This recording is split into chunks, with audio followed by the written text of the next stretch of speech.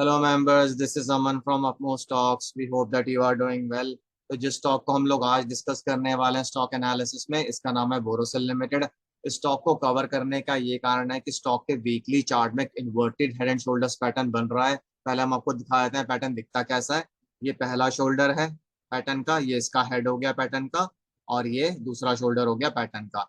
तो अगर इस पैटर्न का ब्रेकआउट स्टॉक दे देता है आने वाले कुछ हफ्तों में या फिर दिनों में, तो फिर स्टॉक में 536 का भी टारगेट निकल कर आ रहा है, जो हमें अगले 8 से 9 महीनों में मिल सकता है। तो बेसिकली टाइम फ्रेम क्या रहेगा ये टारगेट आने के लिए? Around 8 to 9 months after the breakout has occurred and sustained by the stock. तो ब्रेकआउट आएगा एट अ प्राइस ऑफ 387.50। अभी स्टॉक ने जो क्लोजिंग दी है दैट इज अराउंड 370 रुपीज। तो ब्रेकआउट आने के लिए भी 17-18 रुपए और बचे हुए हैं। ब्रेकआउट आने के बाद और ब्रेकआउट कंफर्म होने के बाद कहीं ना कहीं इस स्टॉक में फिर 536 का टारगेट भी आ सकता है आने वाले कुछ महीनों में। इसलिए हम लोगों ने यहाँ पर टाइम फ्रेम भी लिख दिया है 8 to 9 months। तो अब ये समझ लेते हैं कि टारगेट जो है 536 का ये कैसे निकाला गया है। इसके लिए आपको दो वैल्यूज को आइडेंटिफाई करना पड़ेगा। पहली वैल्यू होगी ब्रेकआउट प्राइस और दूसरी वैल्यू होगी difference between the breakout price and lowest value of the inverted head and shoulders pattern. तो ब्रेकआउट प्राइस हमने आपको ऑलरेडी बता दिया है, दैट इज अराउंड 387.50। और जो डिफरेंस है between the breakout price and the lowest value of the inverted hand shoulders pattern that is around 148.50। तो जब आप इन दोनों वैल्यूज को ऐड कर देंगे आपको मैक्सिमम टारगेट मिल जाएगा 536 रुपीज का। आपको इस बात का ध्यान रखना है कि ब्रेकआउट अभी आया नहीं है। ब्रेकआउट आएगा once the stock has crossed the price level of 387.50 और उसके ऊपर लगातार क्लोज करना शुरू कर देगा। प्रेफरेबली वीकली क्लोजिंग आ जाए दो तो बहुत अच्छा रहेगा। तो 536 का टारगेट स्टॉक में आ सकता है अगले 8 से 9 महीने में। प्री रिक्विजिट क्या है कि पहले स्टॉक को 387.50 की प्राइस को तोड़ना पड़ेगा और उसके ऊपर सस्टेन करना शुरू करना पड़ेगा। अब हम ये समझ लेते हैं कि स्टॉक अगर 387.50 की प्राइस को तोड़ देता है और उसको सस्टेन करना शुरू कर देता है, फिर बीच में इंटरमीडिएट टारगेट्स या फिर रेजिस्टेंस लेवल कौन कौन से होंगे जहां पर स्टॉक रुक सकता है।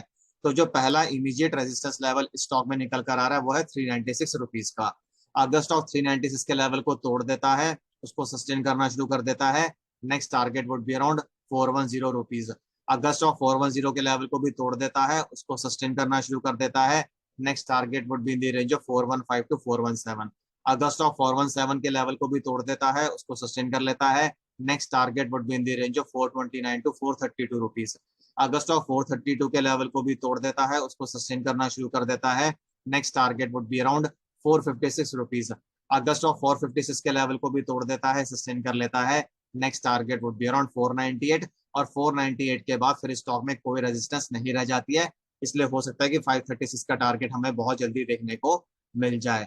तो ये जो 6 टारगेट्स हमने आपके साथ शेयर किए, इंटरमीडिएट टारगेट्स या रेजिस्टेंस लेवल्स का भी काम करेंगे। किसी भी लेवल को टच करके स्टॉक वापस नीचे आ सकता है। मैक्सिमम टारगेट 536 का रहेगा based on this inverted head and shoulders pattern. Time लग सकता है 8 से 9 महीने, प्रोवाइडेड स्टॉक 387.50 की प्राइस को तोड़ दे आने वाले हफ्तों में और उसके ऊपर लगातार क्लोज करना शुरू कर दे।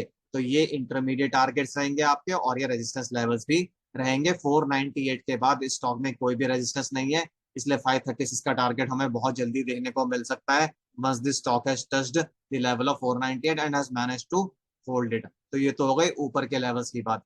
अब ये समझ लेते हैं कि अगर स्टॉक 387.50 की प्राइस का ब्रेकआउट दे देता है मान लीजिए आने वाले हफ्तों में और वापस नीचे आना शुरू करता है, तो उसको सपोर्ट कहाँ कहाँ मिल सकता है।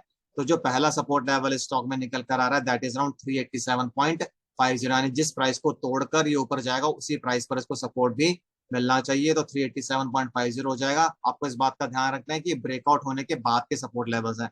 अगर स्टॉक 387.50 के लेवल को तोड़ के वापस इसी रेंज में आ जाएगा यानी नीचे आ जाएगा इस लाइन के, तो फिर जो नेक्स्ट सपोर्ट लेवल निकल कर आएगा दैट इज अराउंड 379 रुपीज। अगर स्टॉक 379 के लेवल को भी तोड़ देता है, उसके नीचे सस्टेन करना शुरू कर देता है, नेक्स्ट टारगेट और support level would be around 358 rupees. अगर स्टॉक 358 के लेवल को भी तोड़ देता है, उसको सस्टेन कर लेता है, next target would be around 344। अगर स्टॉक 344 के लेवल को भी तोड़ देता है, नेक्स्ट टारगेट और support level would be around 330 rupees.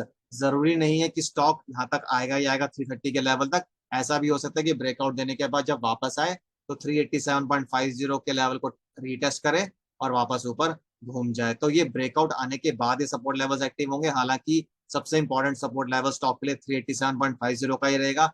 क्योंकि अगर स्टॉक 387.50 के नीचे क्लोज करना शुरू कर देगा फिर स्टॉक में फॉल आएगा ही आएगा, और हमें फिर से वेट करना पड़ेगा ब्रेकआउट का 387.50 के लेवल का। इसलिए 387.50 का जो प्राइस लेवल है ये बहुत क्रिटिकल है स्टॉक के लिए।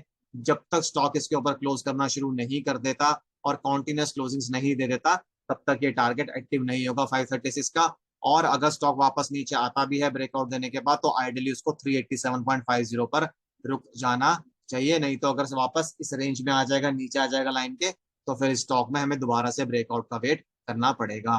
तो अगर आपको स्टॉक से रिलेटेड कुछ भी कंसर्न्स, क्वेरीज या सजेशंस हो तो आप कमेंट बॉक्स में डाल सकते हैं, हम उनका रिप्लाई करने की कोशिश करेंगे जल्दी से जल्दी। और इसी के साथ मैं इस वीडियो को एंड करूंगा। This is Aman signing off. Bye bye, take care.